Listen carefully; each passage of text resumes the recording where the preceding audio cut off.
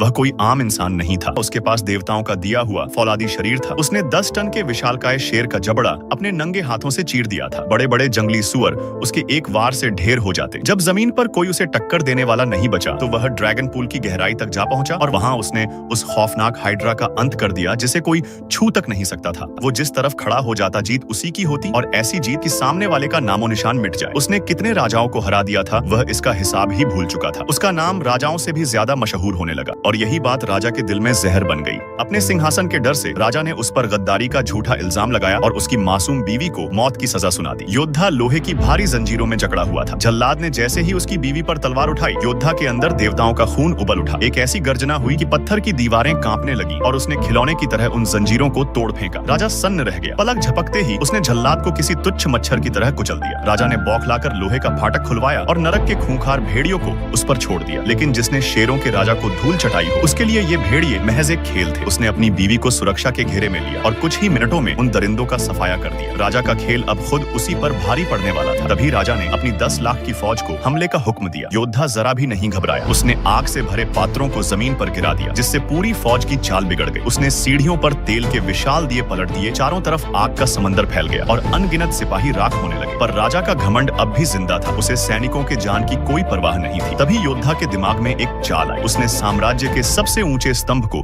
एक जोरदार धक्का दिया। जो साम्राज्य की ताकत का प्रतीक था वो विशालकाय मूर्ति और स्तंभ ताश के पत्तों की तरह ढह गए। उस मलबे में दबकर राजा खत्म हो गया। जब वह बाहर निकला तो सामने खड़े हजारों सिपाही उसे ऐसे देख रहे थे जैसे किसी देवता को देख लिया। हजारों की फौज ने हथियार डाल दिए। वे जान चुके थे कि उनके सामने कोई बागी नहीं बल्कि खुद देवताओं के राजा का बेटा खड़ा है। अगर आपको इस योद्धा की कहानी पसंद आई हो तो वीडियो को जरूर लाइक करें।